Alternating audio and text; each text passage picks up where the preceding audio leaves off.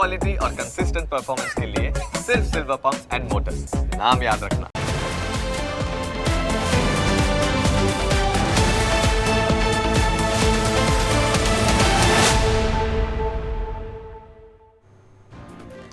તમને સ્પર્શતા તમામ સમાચારોની છે અમને ફિકર ને એટલે જ હું આપના માટે લઈને આવ્યો છું પ્રાઇમ 9 વિથ જીગર। પ્રાઇમ 9 માં આજે વાત સમાજને સ્પર્શતા એક મહત્વપૂર્ણ મુદ્દાની।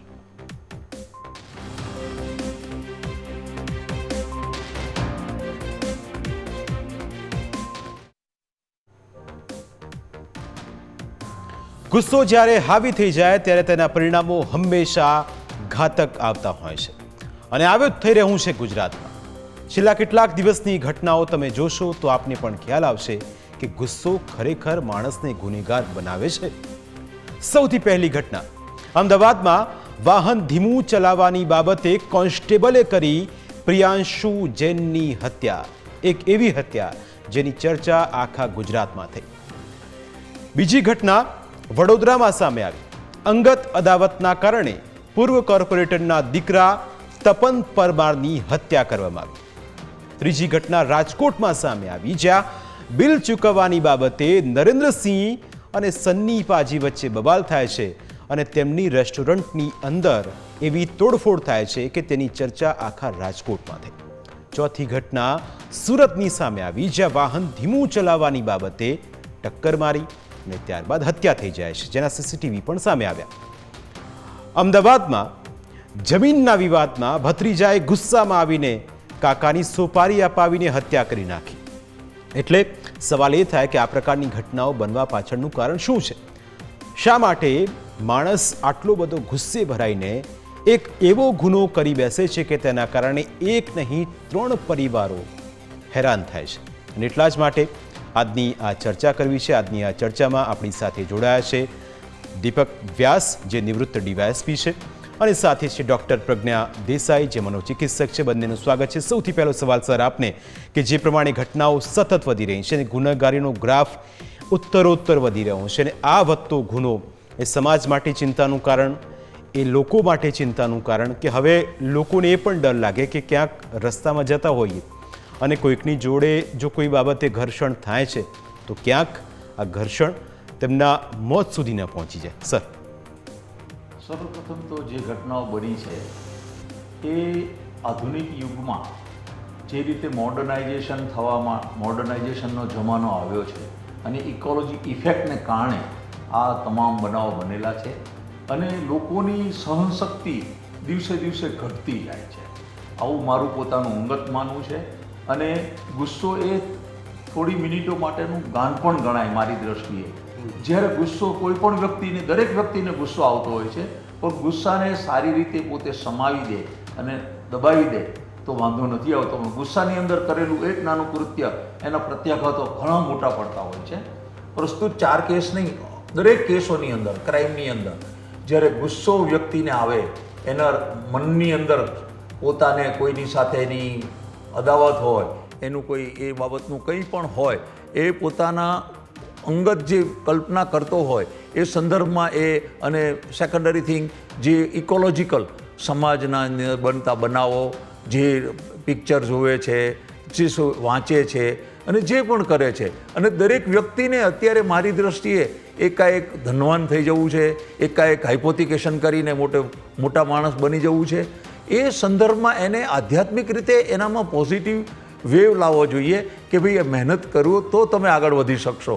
તો એ કાઉન્સિલિંગ થતું નથી અને એના કારણે બધા ક્રાઇમ બને છે અને ક્રાઇમ બને છે એ ખૂબ જ દુઃખદ બાબત છે। અને ઘણી વખત આપને માધ્યમથી જણાવીશ કે ઘણા બધા ગુનાઓ બને છે પણ ગુનાઓમાં જો પોલીસ સંદર્ભમાં પોલીસને એવી કોઈ જાણ આવે તો પોલીસ એને પકડીને 151 ક્રિમિનલ પ્રોસિજર કોડ 151 કોગ્નિઝેબલ ગુનો કરતાં પહેલાં એને અટકાવવા માટે એને પકડીને કોર્ટ એક્ઝિક્યુટિવ મેજિસ્ટ્રેટ સમક્ષ રજૂ કરે છે।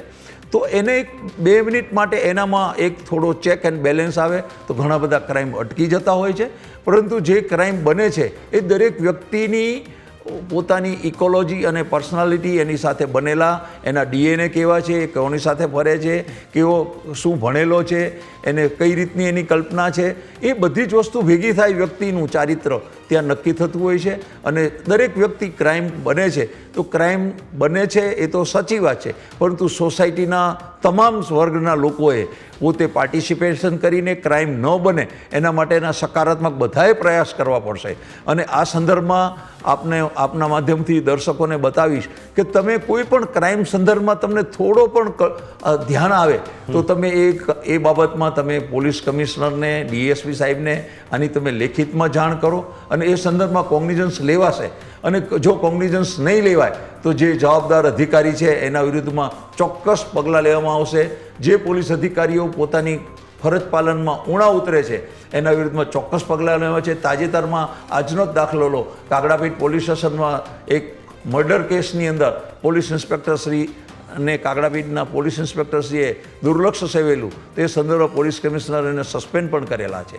એટલે બધાનું પાર્ટિસિપેશન ભેગું થાય તો એક સારા સમાજની આપણે રચના કરી શકીશું. બિલકુલ બેન, આપને સવાલ, કારણ કે હવે ગુનાહિત પ્રવૃત્તિઓ સતત વધી રહી છે, મારે આપને સૌથી પહેલો સવાલ એ કરવો છે કે જ્યારે માણસ કોઈની સાથે ઘર્ષણ પર ઉતરે છે, કોઈની સાથે બબાલ હોય અથવા તો અંગત અદાવત હોય અથવા તો રસ્તામાં જતો કોઈ વ્યક્તિ, કે સુરતની ઘટના તમે જુઓ કે એ વ્યક્તિ જાય છે અને કહે છે કે વાહન ધીમું ચલાવો. અમદાવાદના બોપલની ઘટના કે કોઈ વિદ્યાર્થી બાઇક લઈને જતા હતા, કોન્સ્ટેબલ ત્યાંથી પસાર થાય છે અને ગુસ્સો આવી જાય છે અને સીધી હત્યા કરી નાખે છે. આવા જે વ્યક્તિઓ હોય છે તેમની માનસિકતા તે સમયે કયા પ્રકારની હોય છે? શું કયા કારણો, કયા પરિબળો એની પાછળ જવાબદાર હોઈ શકે?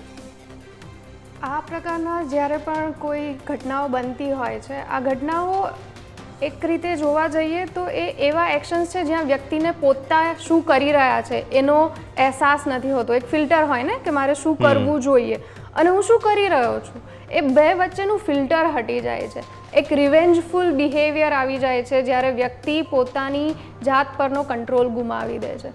પાછળથી એમને અફસોસ થાય છે પણ ત્યાં સુધીમાં ઘણું મોડું થઈ જાય છે. એનું એકમાત્ર એ કારણ હોય છે કે વ્યક્તિ પોતાના આવેગો પર જે control, self control day to day લાઈફમાં આવવો જોઈએ એ નથી કેળવી શકતા. ઘણા બધા પરિબળો હોય છે જેમાં એમના બાળપણથી, ઉછેરથી લઈ અને એમની નિજી જિંદગીમાં જે કોઈ નાના મોટા પ્રશ્નો ચાલી રહ્યા હોય છે, વ્યક્તિ પોતાની જાતને એટલું બધું ટ્રેપ્ડ ફીલ કરે છે કે આ ક્યાં બ્લાસ્ટ થશે એ ખબર નથી હોતી અને અચાનક પછી કોઈ આવું નાનો એવો ઇન્સિડન્ટ થઈ જાય અને એનો જે આખો એક વોલ્કેનો ભરેલો હોય છે એ ફાટી નીકળે છે. રાઈટ, આ કન્ડિશનમાં વ્યક્તિ પોતે જાતે પણ એક રીતે જોવા જઈએ તો વિક્ટિમ બની જતો હોય છે પોતાના જ વર્તનનું. બીજા લોકોને તો એની ઇમ્પેક્ટ થાય જ છે પણ એ પોતે પણ પાછળથી આ વસ્તુઓને લઈને સફર કરતું હોય છે. ઘણી પ્રકારના ગુસ્સા હોય છે, ઘણા પ્રકારના એંગરને આપણે ડિફાઇન કરી શકીએ, પણ આ ટાઈપના જે ઇમ્પલ્સિવ અગ્રેસિવ બિહેવિયર જેને આપણે કહી શકાય, જેમાં વ્યક્તિને પોતાને એક મદદની જરૂર હોય છે પણ જેમ કે આપણે સમાજમાં જોઈએ છીએ કે માનસિક સ્વાસ્થ્ય માટેની જે જાગૃતતા છે એને લોકો એટલું જલ્દી એડ્રેસ નથી કરતા. ગુસ્સો આવે છે તો એવું કહી દેવામાં આવે છે કે એ તો ગુસ્સાવાળો જ છે, એની સાથે નિગ્લેક્ટફુલ બિહેવિયર કરવામાં આવે છે અને આ બધી ઘટનાઓ ધીમે ધીમે વ્યક્તિને વધારે પડતું પોતાની જાતમાં એટલું બર્ડનસમ બનાવતું જાય છે કે એ પોતાની જાતને ઇઝીલી કોઈની સામે રિપ્રેઝેન્ટ નથી કરી શકતું, પોતાની મનોવ્યથા કોઈની સામે સાબિત નથી કરી શકતું અને એ પોતાના મનમાં જે પીડાઓ ચાલતી રહેતી હોય છે, અચાનક નાનો એવો સ્પાર્ક આવે અને it's just like bloom. Right, તો આ બધી ઘટનાઓ જે છે એ આપણે એવું ના કહી શકાય કે વ્યક્તિગત પ્રોબ્લેમ છે, પણ ઘણી બધી એવી પાસાઓ ભેગા થાય છે ત્યારે વ્યક્તિ પોતાની જાત પરનો કંટ્રોલ ગુમાવી દેતો હોય છે. માનસિક સ્વાસ્થ્ય એક એવી બાબત છે જેમાં વ્યક્તિએ હરેક નાના જે ઘટનાઓ એમની રોજબરોજની જિંદગીમાં થતા હોય છે એમને ટાઈમલી સોર્ટ આઉટ કરવું જોઈએ. એને પોતાની જાતને કેવી રીતે પોતાના ગુસ્સામાંથી, પોતાના નેગેટિવ ઇમોશન્સમાંથી કે પોતાના જે સેલ્ફ સેન્ટર્ડ ઇન્ટ્રોવર્ટેડ ઇમોશન્સ હોય છે એને બીજાની સામે એક્સપ્રેસ કરી અને એને લોકોની સામે રિપ્રેઝન્ટ કરે, એને એક પોઝિટિવ ડિરેક્શન આપતા શીખવું પડશે. આજકાલ આપણે માનસિક સ્વાસ્થ્ય વિશે બહુ જ વાતો કરીએ છીએ, પણ એનું એકચ્યુઅલ ઇમ્પ્લિમેન્ટેશન કેટલા લોકો સ્વીકારે છે કે મને ગુસ્સો આવે છે અને મારે મારા ગુસ્સા પર કામ કરવાની જરૂર છે? બહુ જ ઓછા, જૂજ માત્ર લોકો એવા હશે જે પોતાના ગુસ્સાને ખરેખર રિઝોલ્વ કરવા માંગે છે. તો આ બધી વસ્તુઓને આપણે એડ્રેસ કરવાની જરૂર છે. સામાજિક રીતે આપણે ગુસ્સો કોઈ વ્યક્તિ કરતો હોય છે ને, તો ગુસ્સા પાછળનું કારણ સમજવાની જરૂર છે, રાધર દેન એને સાઈડમાં કરી દેવું કે એને એક એન્ટી સોશિયલ કે એવા નામ આપી દેવા. એની એક ટ્રીટમેન્ટ કરાવવાની જરૂર હોય છે જ્યારે ગુસ્સો એક હદ કરતાં વધારે બહાર નીકળી જાય. તો આ બધા સ્ટેપ્સ બહુ જરૂરી છે એક હેલ્ધી સોસાયટી માટે. બિલકુલ સર, આ પ્રકારના ઘટનાઓ, કારણ કે આપને લાંબો અનુભવ છે, જ્યારે કોઈ ગુનેગાર કોઈની હત્યા કરી નાખે, જ્યારે કોઈ ગુનેગાર પોતાના જ ભાઈની હત્યા કરી નાખે, સમાજના કોઈ વડીલ વ્યક્તિની હત્યા કરી નાખે, ત્યારે જ્યારે આરોપી બનીને જ્યારે આ પકડી લાવતા હતા, ત્યારે એની માનસિકતા કયા પ્રકારની રહેતી હતી? શું આપને ક્યારે એવું લાગ્યું કે આ વ્યક્તિએ ઇન્ટેન્શનલી એને કરવું ન હતું, પણ ગુસ્સામાં આવીને, આવેગમાં આવીને એણે હત્યા કરી નાખી? શું આવા કિસ્સાઓમાં જ્યારે આરોપીને લઈને આપ આવતા હતા તો એની એ વખતની સ્થિતિ કયા પ્રકારની રહેતી? દરેક આરોપીની માનસિક સ્થિતિ જુદા જુદા પ્રકારની હોય છે. દરેક જ્યારે આરોપી આવા ગુના કરે ત્યારે ગુના કરવાનું મુખ્ય કારણ આપણે શોધવું પડે કે કયા કારણસર સામેવાળાનું એને મોત નિપજાવ્યું કે એને મર્ડર કર્યું. તે સંદર્ભમાં દરેક વ્યક્તિ દરેક મર્ડરની અંદર મોટિવ જુદો જુદો હોતો હોય છે, અને એ મોટિવ જાણીને એની કાઉન્સેલિંગ કરીને એની પાસેથી એની સાથે બનેલા ભૂતકાળના બનાવો, એની વિચારસરણી, એની સાથે એને રિવેન્જની જે ભાવના છે, જ્યાં આપણે કોઈને કહીએ કોઈને મર્ડર સુધી ક્યારે માણસ પહોંચી જાય કે કંઈ પણ એવું કંઈ ભૂતકાળમાં એની સાથે બન્યું હોય અથવા એને એવી જાતનો ગુસ્સો હોય, અને ગુસ્સો જ્યારે આવે, આવેગમાં આવે, ત્યારે એ પોતે ઓલવેઝ રિવેન્જના ચક્રમાં ફરતો હોય છે અને રિવેન્જ લઈને એ પોતે આત્મસંતોષ અનુભવતો હોય છે. અને દરેક ક્રાઇમની અંદર એના રીઝન જુદા જુદા હોઈ શકે, દરેકને પોતાની ઇકોલોજી પ્રમાણે એની ક્રાઇમની સિનારીઓ હોય છે. એટલે મર્ડર કરે ત્યારે એ પોતે જાણે છે કે આવું કરીશ તો મને જેલ થશે, આ થશે, પરંતુ એ કશું વિચારતો નથી અને પોતે પોતાનો બાજી જીતવા માટે આવી રીતે મર્ડર કરતો હોય છે. એટલે આરોપીની પૂછપરછમાં તમને તમામ વસ્તુ જાણવા મળે કે કયા કારણસર એને મર્ડર કર્યું, એને શું રિવેન્જ હતું. અને ઘણી વખતે રિવેન્જ માટે મોટું કારણ જરૂરી છે એવું નથી. દરેક ગુનાની અંદર કારણો જુદા જુદા, નાના મોટા કોઈ પણ પ્રકારના કારણો હોય, તો એ કારણોને કારણે મર્ડર થતા હોય છે. બિલકુલ, કારણો અનેક હોઈ શકે. પણ બેન, બીજો સવાલ એ કે આજની જ ઘટના છે, ભાવનગરમાં એક લેડી હતા જે સાવકી માતા હતા અને પોતાની દીકરી કે જેમની હતી નહીં પણ એ સાવકી માતા તરીકે તેને રાખતા હતા, અને એટલી એને મારી કે બાળકી જ્યારે બોલતી હતી ત્યારે એના શબ્દો તમે જો સાંભળો તો આપને પણ એમ થાય કે આટલી હદે કોઈ કેવી રીતે ક્રૂર બની શકે. આ પ્રકારના કિસ્સાઓમાં પણ એક ગુસ્સો જ મને લાગે છે કે કારણભૂત છે. એક માતા જ્યારે સાવકી હોય કે પોતાની હોય, પણ એ ગુસ્સો એ હદે જ્યારે માણસ સામેવાળી વ્યક્તિ પર ઉતારે ત્યારે તેની મનોસ્થિતિ કયા પ્રકારની હોઈ શકે? અને બીજું કે શું આ પ્રકારની જ્યારે ઘટનાઓ બનતી હોય ત્યારે સમાજ માટે પણ કેટલું ચિંતાનું કારણ? આજે ભાવનગરના કિસ્સાની વાત થઈ, એ કિસ્સામાં થોડું જો વધારે આપણે ડિટેલમાં જોવા જઈએ તો એ માતા સાવકી હતી કે પોતાની હતી એના કરતાં એ જે સ્ત્રી છે એ સ્ત્રી પોતે કયા તકલીફોથી પીડાતી હતી આપણને એનું બિહેવિયર દેખાય છે જે એને બાળકી પર ઉતાર્યું. પણ એ વ્યક્તિ પોતાની અંદર એવા કયા માનસિક રોગથી પીડાય છે એ જાણવું બહુ જ જરૂરી છે, કેમ કે આટલી ક્રૂરતા કોઈ સાવકીમાં તો શું કોઈ અજાણ્યું વ્યક્તિ પણ ના કરી શકે. તો આવા કિસ્સામાં માત્ર એક લેબલ આપવા કરતાં કે આ માત્ર ગુસ્સો છે, ગુસ્સાના ઘણા પ્રકાર હોય છે. ઘણી બધી સામાન્ય ગુસ્સો આપણે ડે ટુ ડે લાઈફમાં બધા ફેસ કરતા હોય છે, પણ અમુક ટાઈમે જે ગુસ્સો છે એક માનસિક બીમારીનું રૂપ પણ હોય છે, જે વ્યક્તિ પોતાના કોઈ પણ જાતના જે પણ બિહેવિયર હોય એના પર કંટ્રોલ જ નથી કરી શકતું, અને એની અંદર એટલો બધો ગુસ્સો ભરાયેલો હોય છે કે એ જ્યારે બહાર નીકળે છે ત્યારે વ્યક્તિ પોતાની જાતને એક રિલેક્સ ફીલ કરતું હોય છે કે પોતાની જાતને એક રીતે શાંત ફીલ કરતું હોય છે, અને એમના માટે આ જ એક રીત છે કમ્યુનિકેટ કરવાની કે મને મદદની જરૂર છે. જે સામાન્ય ભાષામાં એ કહી નથી શકતા. ઘરના લોકો પણ આ વસ્તુઓને ઓબ્ઝર્વ કરતા હોય છે, પણ અગેન હું એ જ કહું છું કે કેટલા લોકો મદદ માટે આવે છે. ઘરના લોકોએ જોયું હશે કે આ પહેલી વખત નથી થયું કે વ્યક્તિ પોતાના કંટ્રોલ બહાર ગુસ્સો કરી રહી છે. આ એમનો સ્વભાવ નથી, આ એક ટાઈપની બીમારી છે જેને આપણે એડ્રેસ કરવી જોઈએ, જેની ટ્રીટમેન્ટ થવી જોઈએ, જે માત્ર કાઉન્સેલિંગ નહીં, એમાં કદાચ મેડિસિન્સની પણ જરૂર પડે. એટલે આવા જે કિસ્સાઓ હોય એવા કિસ્સાઓમાં આપણે વધારે ડિટેલમાં જઈ અને એ વ્યક્તિને ખરેખર જે જરૂર છે એ મદદ તરફ જવું જોઈએ. સમાજમાં આ જાગૃતતા ફેલાવવી જોઈએ કે નાની નાની વસ્તુઓને ઇગ્નોર કરવા કરતાં એને એડ્રેસ કરીએ, એની પ્રોપર ટ્રીટમેન્ટ કરીએ, એના રસ્તાઓ, સમાધાનના રસ્તાઓ કે જે પણ એમને મદદરૂપ થવાના રસ્તા હોય એ અપનાવીએ. માનસિક સારવારથી દૂર ના ભાગીએ.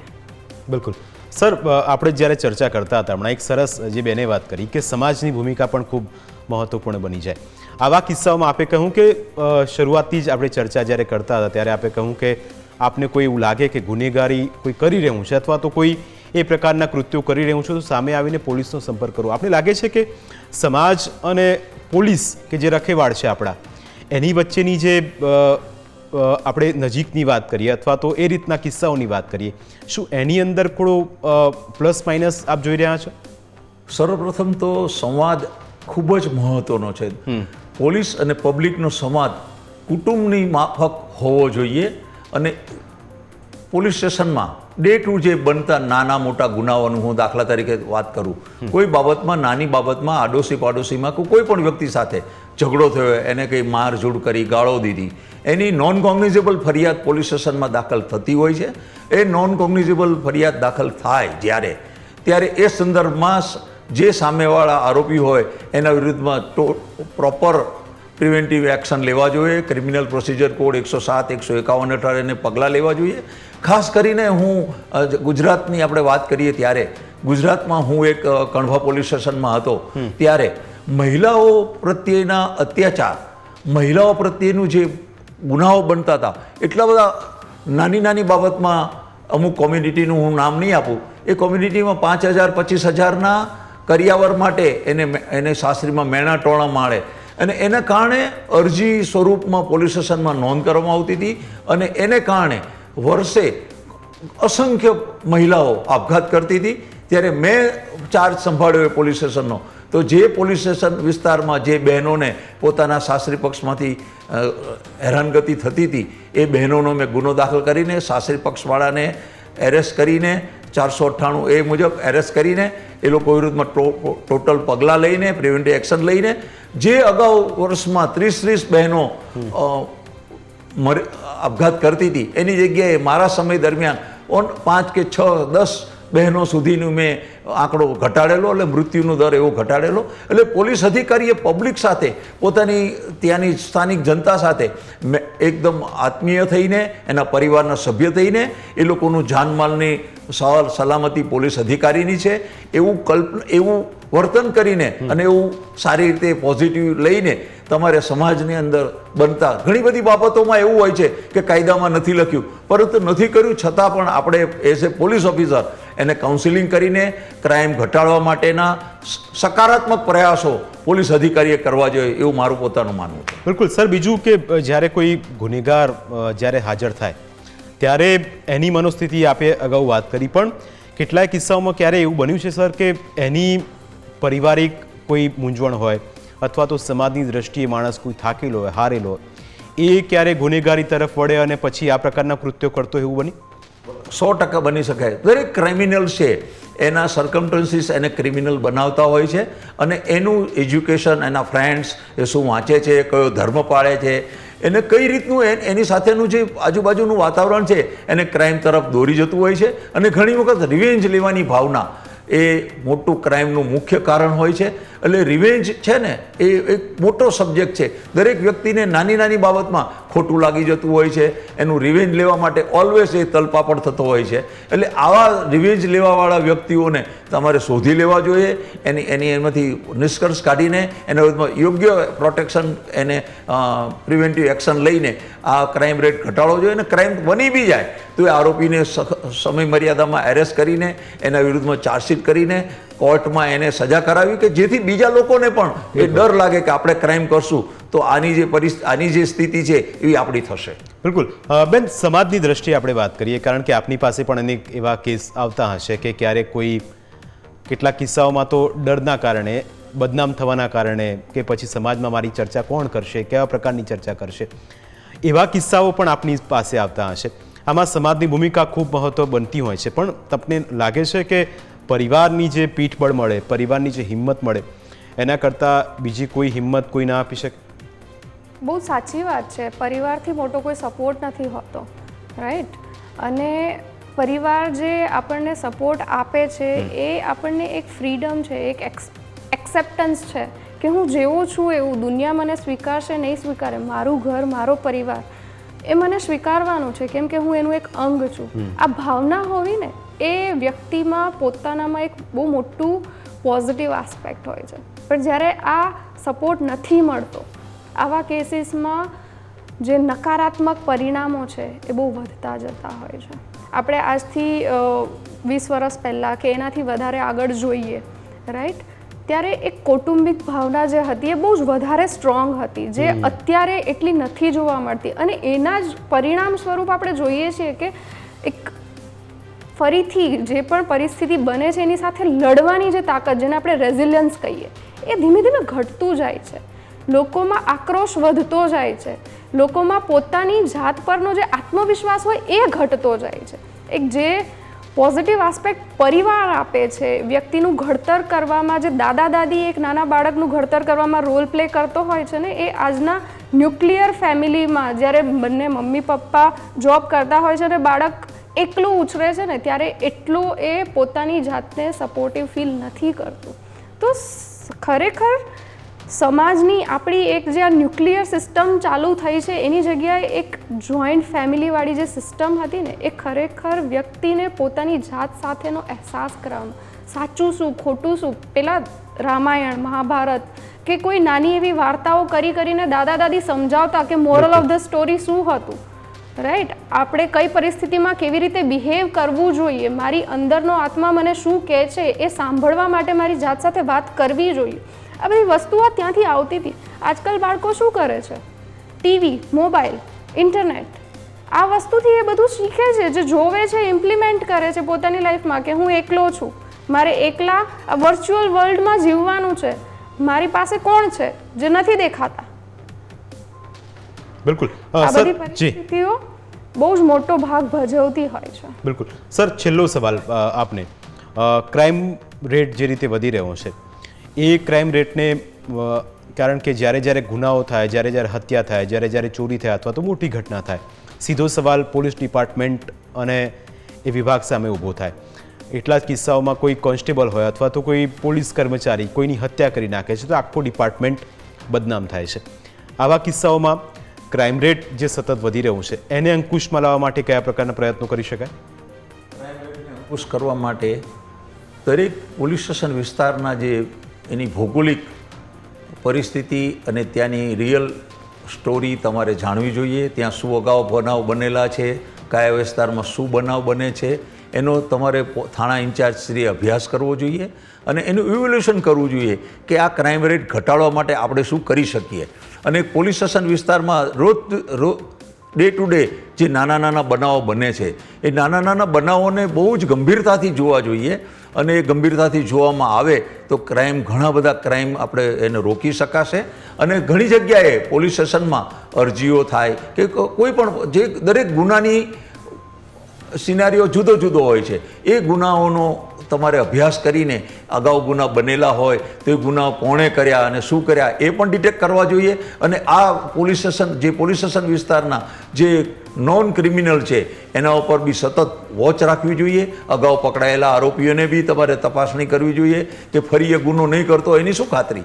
ખાસ કરીને મિલકત સંબંધી ગુનાની અંદર જે આરોપી અગાઉ પકડાયેલા છે એના ઉપર પણ સારામાં સારી વોચ રાખવી જોઈએ કે જેથી ક્રાઇમ રેટને આપણે ઘટાડી શકીએ અને બીજો ક્રાઇમ આપણે ડિટેક્ટ કરી શકીએ. બિલકુલ, એટલે સમાજની ભૂમિકા મહત્વપૂર્ણ છે, સાથે પોલીસ ડિપાર્ટમેન્ટને મદદ કરો જેથી આ પ્રકારના કેટલાક જે ગુનાઓ બને છે એ પણ અટકે, અને સાથે પરિવારની હિંમત, પરિવાર જે રીતે આગળ આવે અને આવા કિસ્સાઓમાં જે ગુસ્સાનું કારણ છે એને શોધે તો મને લાગે છે કે આ ગુનેગારો બનતા અટકી જશે. આ બંને અમારી સાથે ચર્ચામાં જોડાયા, આપનો ખૂબ ખૂબ આભાર. તમારી વિશેષ રજૂઆતમાં અત્યારે બસ આટલું જ. ફરી મળીશું આપને સ્પર્શતા મુદ્દા સાથે. ત્યાં સુધી રજા આપશો. નમસ્કાર.